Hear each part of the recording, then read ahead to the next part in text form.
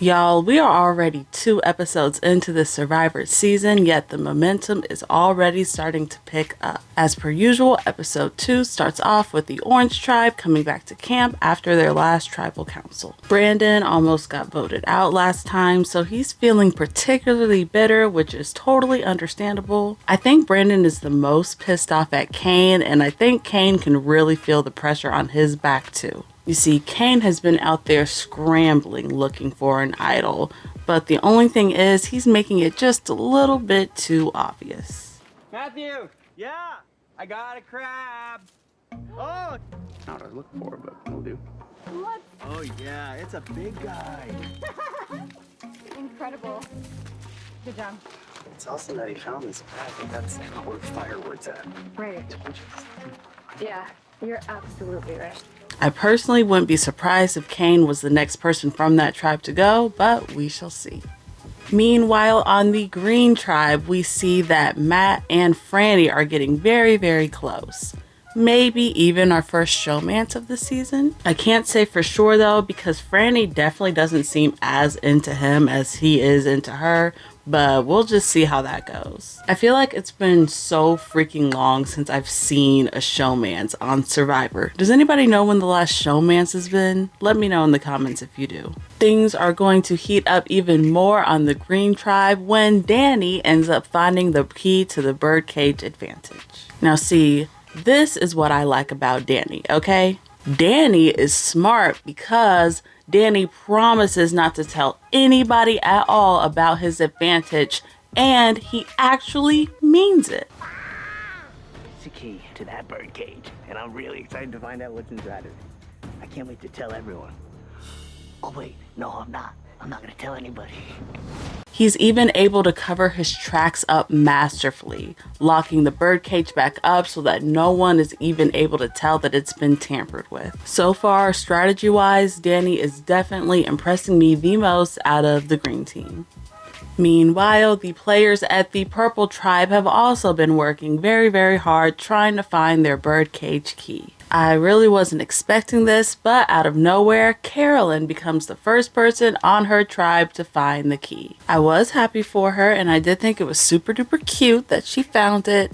However, Carolyn is not quite as stealthy as our boy Danny. That big, and I put it in my pants, shoved it down, and I ran.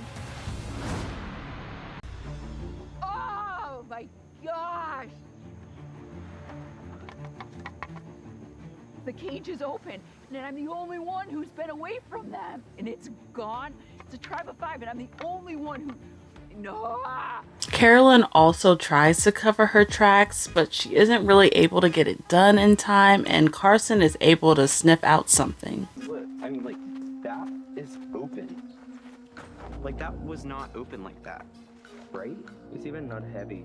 Like It was, yeah. hanging. You see how, like, Yeah. if there was something in there, it would be weighing it down.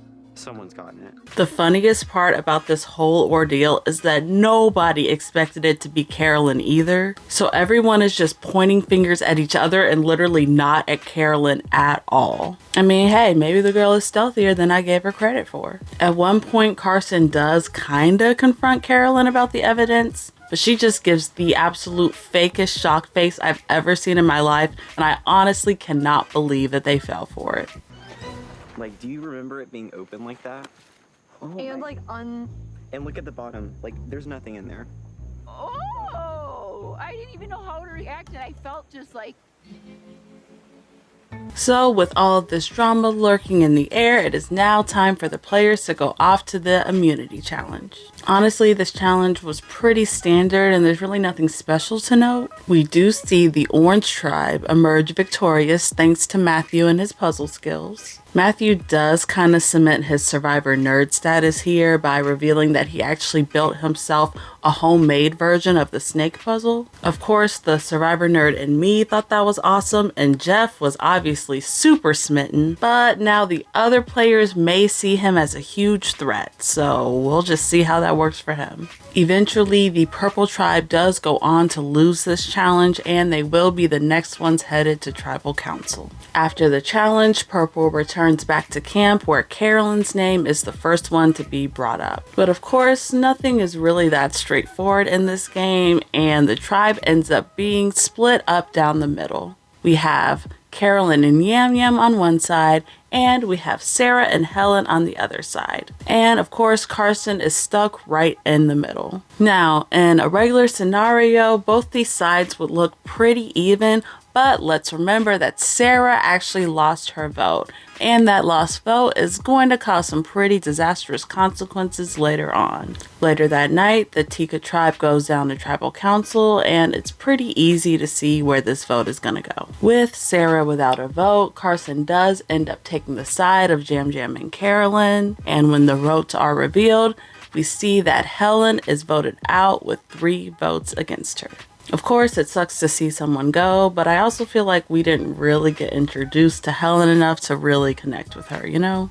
I also wish we could have learned more about why Carson chose Carolyn and Jam Jam's side, but hopefully next episode will clear some of that up too. Of course, I'm interested to know, what did you all think of this vote? Do you think that voting out Helen was the right decision to make? Let me know in the comments below. This episode was just a little bit predictable, but I'm sure it'll pick up more as we progress throughout the season.